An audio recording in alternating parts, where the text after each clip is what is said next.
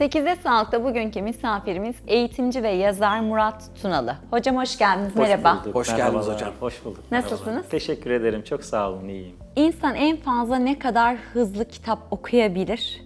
Bir kitap sayfası kaç dakikada okunabilir? Bir de geçen programda bahsetmiştik. 2 saat içerisinde bir kitap bitirilebilir mi? Bitirilebilir. Şöyle ki, normal koşullarda ben eğitimimin içerisinde bitirttiriyorum. Yani ödev veriyorum birinci günün sonunda. Kişi istese de yavaş okuyamaz hale geliyor. Gözü o kadar hızlanıyor ki bir kitap sayfasını 20 saniyeye kadar kısaltabiliyor, düşürebiliyor okuma süresini. Ve anlattırtıyorum bu arada.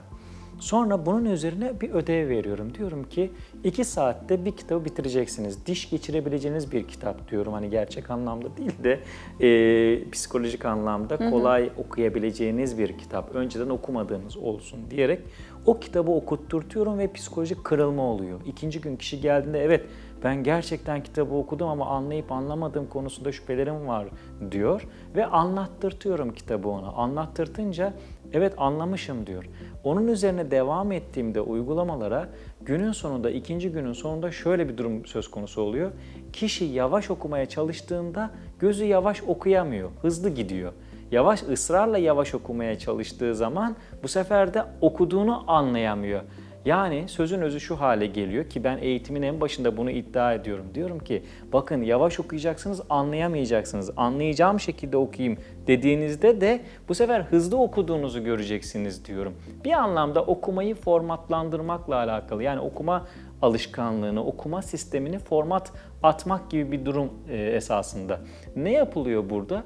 Gözün hareket ritmi, hareket devinimi değiştirtiliyor.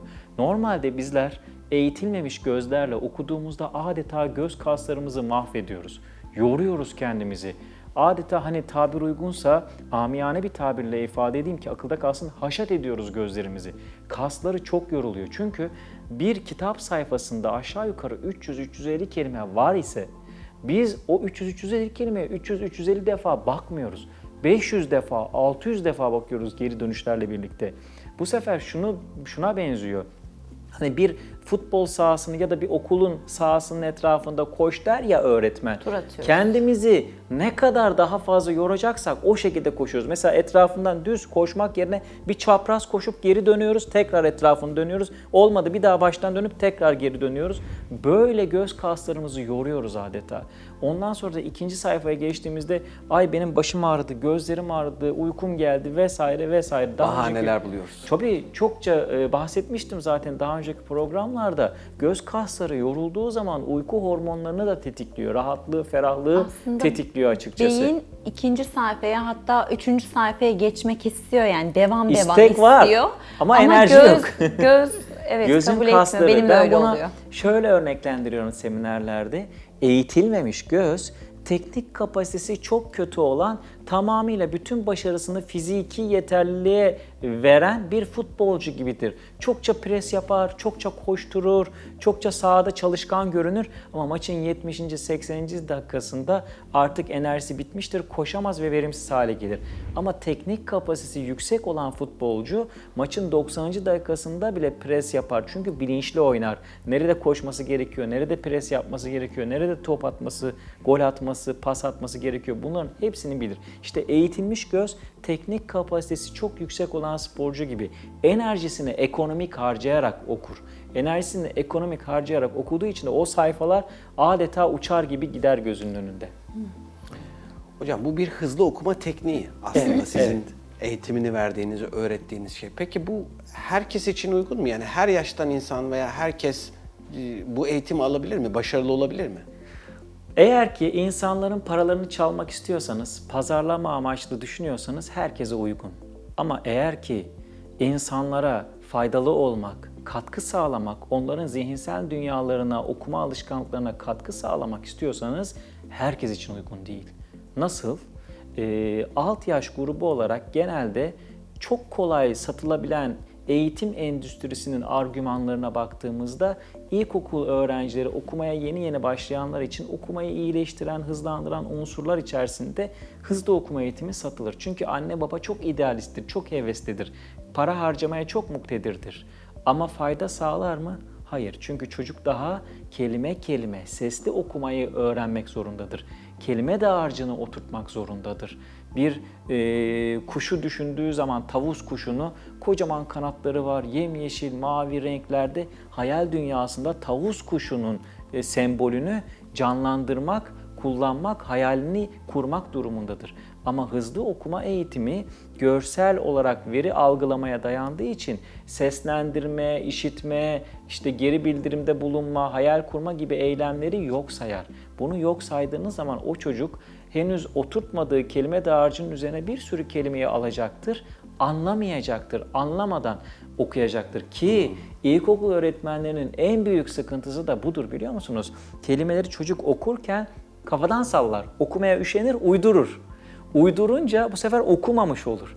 Buna siz çanak tutarsanız hızlı okuma eğitimiyle çocuğun canına minnet. Bir de egzersizler eğlence gibi gelir çocuğa, oyun gibi gelir. Ben hızlı okuma eğitimine gitmek istiyorum, bugün de gideyim. Ne kadar çok giderse de o kadar verimli olarak görürler. Ne kadar çok kalırsa, ne kadar çok gün sürerse o kadar faydalı olarak görürler. Ama gerçekte çocuk o eğitimi tamamlayamaz. Hatta okuma alışkanlığına zarar verir. Yani okuma alışkanlığı bozulur çocuğun, ritmi bozulur. O nedenle benim tavsiyem özellikle 6. 7. sınıftan sonra çocuklara hızlı okuma eğitimini versinler. Üst yaş grubu olarak 75 yaşında, 80 yaşında insanlar bile benim eğitimime katıldı. Asla problem olmuyor. Ama alt yaş grubu olarak kesinlikle ve kesinlikle 6. 7. sınıfın altındaki çocuklar bu eğitimi almasınlar. Önce verimli, sağlıklı okumayı öğrensinler, okuma alışkanlıklarını oturtsunlar. Ondan sonra hızlı okuma eğitimine katılsınlar. Anne babalar özellikle buna dikkat etsinler. Hocam, eğitimlerde anlattığınız okuma pozisyonu, biraz bunu da anlatır mısınız? Tabii ki. Rahat okuma pozisyonu. Tabii ki. Mesela bizler okurken, okuma esnasında ben dikkat ediyorum. Yani bir anlamda sosyolog olduğum için de insanları çokça gözlemliyorum. Çünkü onlar benim malzemelerim. Evet. Mesela toplu taşıma araçlarında, okullarda ve sıralarda insanlar okurken hep şöyle okuduklarını görüyorum. Böyle önlerine kitapları koyuyorlar ve eğiliyorlar. Eğildikleri zaman şu diyafram kısmı kapandığı için benim seminerdeki tabirimle söyleyeyim, ölmeyecek kadar nefes alıyorlar.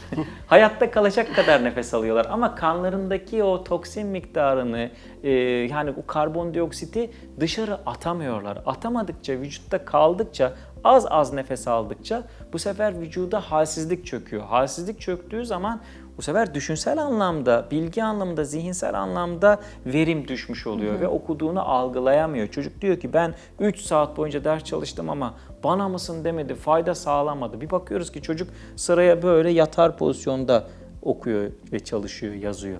Yani bu anlamda özellikle duruş çok çok önemlidir. O duruşumuz dik olması gerekiyor ki rahat nefes alıp verebilelim. Belli seanslarda 20 dakikada, 10 dakikada bir bilinçli bir şekilde nefes alıp verelim ki biraz daha fit olsun zihnimiz, biraz daha dikkati, konsantrasyonu yüksek olsun. Bir diğer unsur, kitabı mesela okurken bunun dengesini kuramıyoruz. Mesela çoğu insan kitabı çok uzak tutar. Hani geçmiş zamanlardan kalma bir alışkanlık. Gözümüz 30 santim bozulmasın. göz mesafesi vesaire derler ama bugün günümüzde artık o birçok şey değişti. Cep telefonunu elimize alıp bakma mesafemiz eski söylediğimiz zamanların çok dışına çıktı. Şimdi kitabı da yüzümüze yaklaştırmamız gerekiyor. Bir metafor yapayım. Hayatımıza yakın tutalım kitabı. Yüzümüze de yakın tutmuş olalım. Tabii ki çok yakın tutmak doğru bir şey değil ama özellikle toplu taşıma araçlarında okurken kitabı yüzümüze yakın tutarsak hem dikkatimizi dağıtan unsurlar bizim eksenimize giremez hem de daha rahat okuruz. Yani dikkatimiz de dağılmaz. Yüzümüze de yakın tutmak gerekiyor. Bir diğer unsur, ben her şeyi çizmek, not almak istiyorum diyor bazı okuyucular, katılımcılar, dinleyicilerimiz de buna hak verecektir. Bu yanlış. Neden biliyor musunuz? Eğer bunu yaparsak ayaklarımıza pranga takmış oluruz. Her şeyi öğrenmek zorunda değiliz. Bakın, okumakla anlamak ve öğrenmek çok farklı kavramlardır. Okumak bunu sağlayan bir eylemdir ama anlamak küçük çaplı bir dairedir. Öğrenmekse onu tekrar tekrar yapan daha büyük çaplı bir dairedir. Ve bizler okurken 3 kuruşa 5 köfte istiyoruz. Bir sefer okuyayım ama öğreneyim, hayatımda hep kullanayım onu. Onu yapamazsınız. Her şeyin altını çizemezsiniz. Her şeyi öğrenemezsiniz. Seçersiniz, akılda kalır. Bir sonraki okuma eyleminde onu okur ve öğrenirsiniz. Tekrarlarsınız. Yani pekiştirirsiniz. O nedenle tavsiyem okuyuculara Bazı önemli yerlerin altını çizebilirsiniz.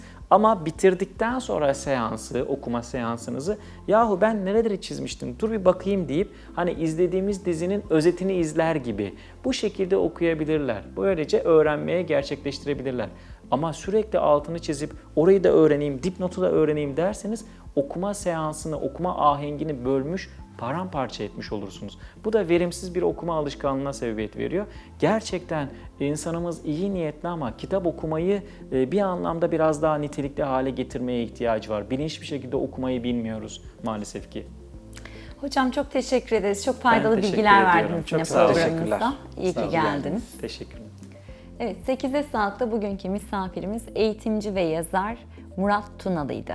Kendisiyle hızlı nasıl okuyabiliriz? 2 saatte bir kitap bitirilebilir mi? Eğitimi almamış, okumayı sökmemiş çocuklara hızlı okuma sanatı uygun mudur?